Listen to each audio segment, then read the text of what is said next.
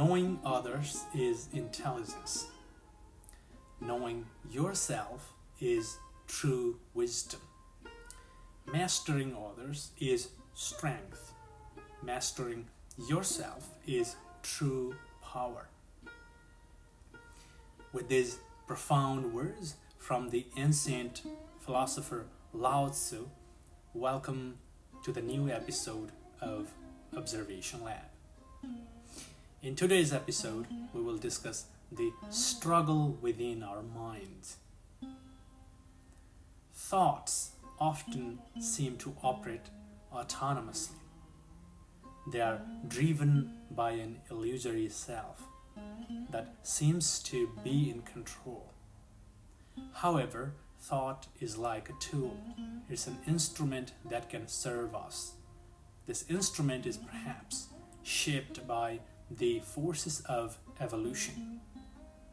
Thoughts are meant to be our servants.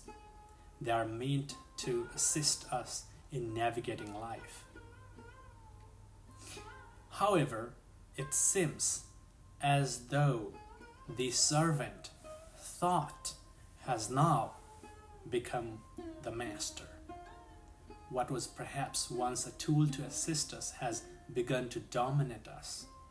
It relegates us to a secondary role, even though we possess immense potential for consciousness and awareness.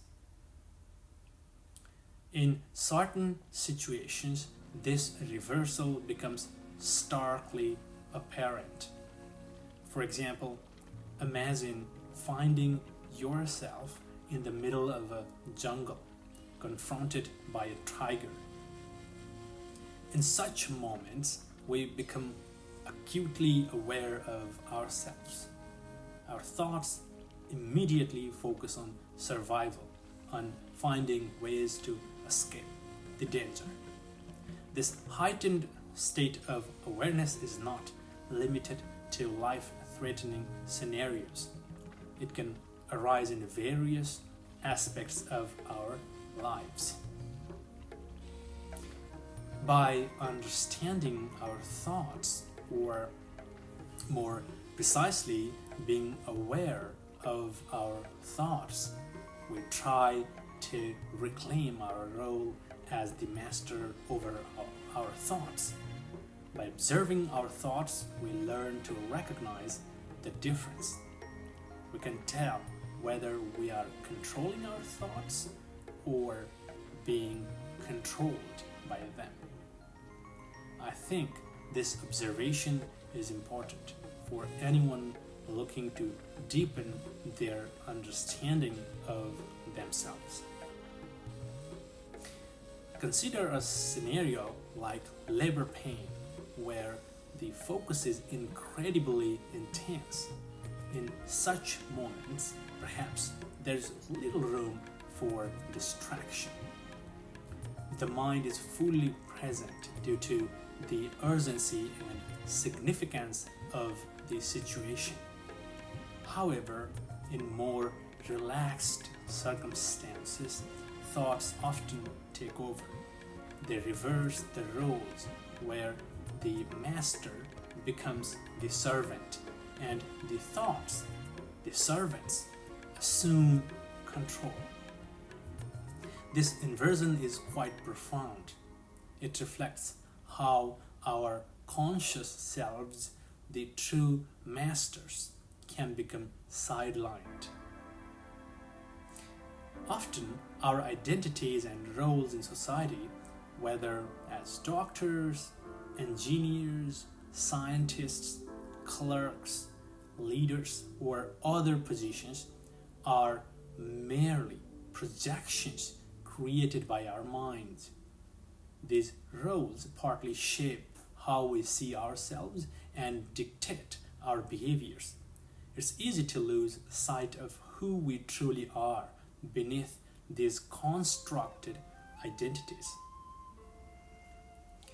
Theodore Roosevelt, the 26th US president, famously said, "Keep your eyes on the stars and your feet on the ground."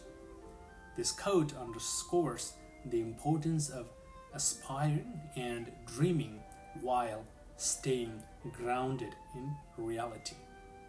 Nevertheless, for many, thoughts overwhelm. The grounding connection is lost.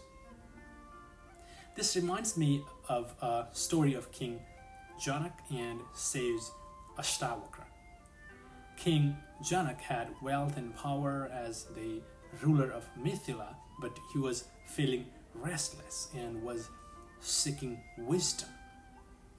Ashtavakra proposed a unique challenge to Janak. He handed him a bowl filled to the brim with oil. He said, "Walk around your palace without spilling a single drop. Focus only on this task." Janak accomplished this task perfectly. When he returned, Ashtavakra asked, "During your walk, what did you think about your kingdom, wealth, family, or any other responsibilities you have?" Janak replied, "Nothing at all. I only thought about the bowl and not spilling the oil." Ashtavakra smiled and shared a powerful insight. He said, "King, if you approach life with the same level of focus and there are no distractions, you will find true liberation."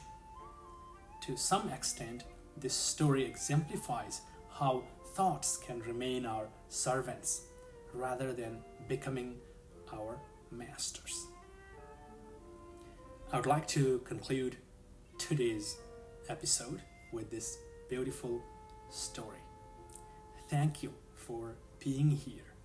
I hope to see you next time.